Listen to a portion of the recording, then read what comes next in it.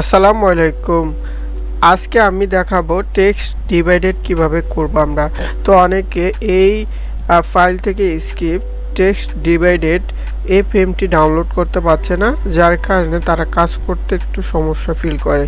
তো আমরা যদি এখানের মধ্যে দেখি কোনো যদি ডিভাইডেড করতে হয়, তাহলে এটাকে আমরা কি করি, যে কোনো একটা ফন্ট ব্যবহার করি। এখানের মধ্যে ফন্ট ব্যবহার করে, আচ্ছা এটা একটা কপি নিয়ে নিই। তাহলে ফন্ট ব্যবহার করে এটাকে ক্রিয়েট আউটলাইন করে আবার আনগ্রুপ করে ব্যবহার করে, তাতে দেখা যায় কি দুই তিনটা ফন্ট যদি ব্যবহার করতে হয়, সে কি করতে হয়, এখানের মধ্যে আলাদা আলাদা করে লিখতে হয় বা কপি করে কাজ করতে হয়।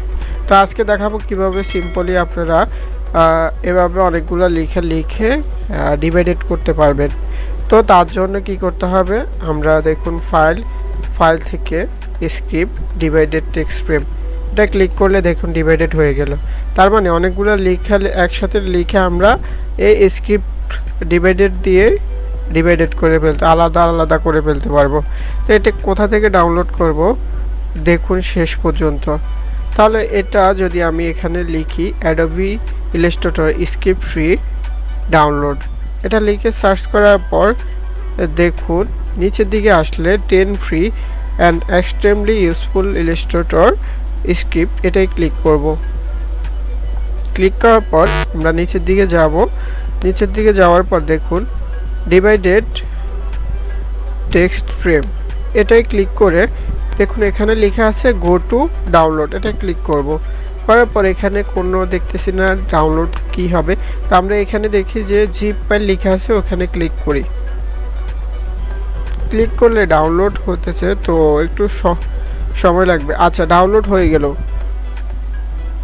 তারপর এটাকে ওপেন করব। ওপেন করার পর এখান থেকে খুঁজে দেখব যে ডিভাইডেড টেক্সট ফ্রেম কোথায় আছে। তো আমরা খুঁজে দেখি, আচ্ছা এখানে। এটা আমরা কিবোর্ড থেকে কন্ট্রোল সি দিয়ে কপি করে নেব। কপি করার পর এটাকে আমরা এই লোকাল ডিস্ক সি ড্রাইভের মধ্যে আসার পরে হচ্ছে প্রোগ্রাম ফাইল, এখানে ক্লিক করব। ক্লিক করার পর এটা যখন অ্যাডোবির মধ্যে মানে সেট আপ করবো, তো অ্যাডোবি ক্লিক করব। ক্লিক করার পর আমরা ইলাস্ট্রেটর মধ্যে দিব ইলাস্ট্রেটর, তারপর হচ্ছে ফ্রি সেটস, এটা ক্লিক করব। তারপর এটার ফলে দেখুন এখানে স্ক্রিপ্ট লেখা আছে, স্ক্রিপ্টে ক্লিক করে এখানে কন্ট্রোল বি দিয়ে পেস্ট করে দিব বা রাইট বাটন ক্লিক করে পেস্ট করে দিব। করার পর অনেকে করার পরে এটাও সমাধান হয় না যে এখানে এটা ডিভাইডেড করতে পারে না। তো আমি বলবো যে এটা করার পর অবশ্যই আপনারা ইলাস্ট্রেটর ক্লোজ করে দিবেন।